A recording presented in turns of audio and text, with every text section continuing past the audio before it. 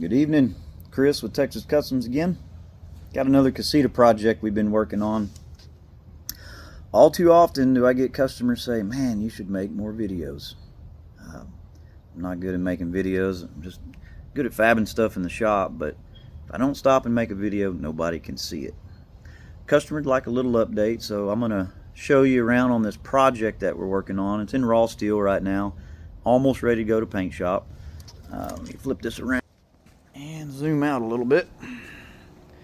So this is not one of the biggest models that we've built. This is a little bit more conservative, but ready to hit the trail nonetheless. This has a straight spindle, so it's not the 4-inch lift spindle, and it has a 4-inch chassis instead of a 6-inch. So it is a little bit shorter. One of the biggest ones we built was the big Casita. That sucker had 35s on it, and he is not afraid to get out in the trail, desert, and get away from people. This particular one, they had already added this rack on the rear. I'm not sure what brand that is. It functions well for them, so they wanted to retain that. They had also previously had somebody add this 4-inch tube bumper on the rear. That's a heavier duty than what the factory uses for storing a sewer hose, and you can see we supported it with our chassis rail there, give it a little bit extra strength. Oh, and then we have the cross members here with the torque tube design going through the middle of it. That'll carry up to where the water holding tank is and then stops, and then in front of the holding tank it starts again. I'll show you that here in just a minute. Here is the brackets that we fab for our high clearance stabilizer jacks. The reason we call them high clearance is because you'll notice that the chassis is lower than the stabilizer jack itself, so to help keep from ripping those off. And let me try to zoom in to the other side. That is the Timbren axle-less suspension. So there is no axle tube that hangs down.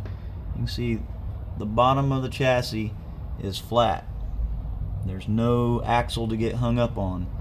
There's a rubber spring in there that gives a really soft ride and better suspension travel than anything else we found. Let me zoom out here. Okay, 5,200 pound 6-lug suspension, which has just your standard 12-inch electric brakes, drum brakes on this one. Chassis continues forward all the way, and we have our extended chassis at the front. The longer chassis does a couple of things. Obviously there's room to place additional cargo. They decided to put a spare tire up front and a propane rack. That's a propane rack that we build. Got the heavy duty drop leg jack and the McHitch coupler. McHitch coupler, you've seen us use that on several builds. It gives a nice smooth pull, gets rid of that clunkiness that you normally get with a traditional ball, but also gives extreme articulation with the U-joint design.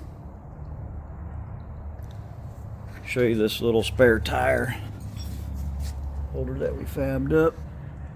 It's made a little cradle there. Got a strap point, hold it down. I'm gonna have to do something a little different though, because it does wobble back and forth. I think we're gonna need to kind of run a strap around the back and pull against this rack here. I think that will take care of it. We do need to swap out the entry step still. I'm gonna put a double step on there so it's not such a hike to get up in there. But yeah, she's almost ready to go to the paint shop, get a little prep work done. So there's an update, what's been going on at Texas Customs.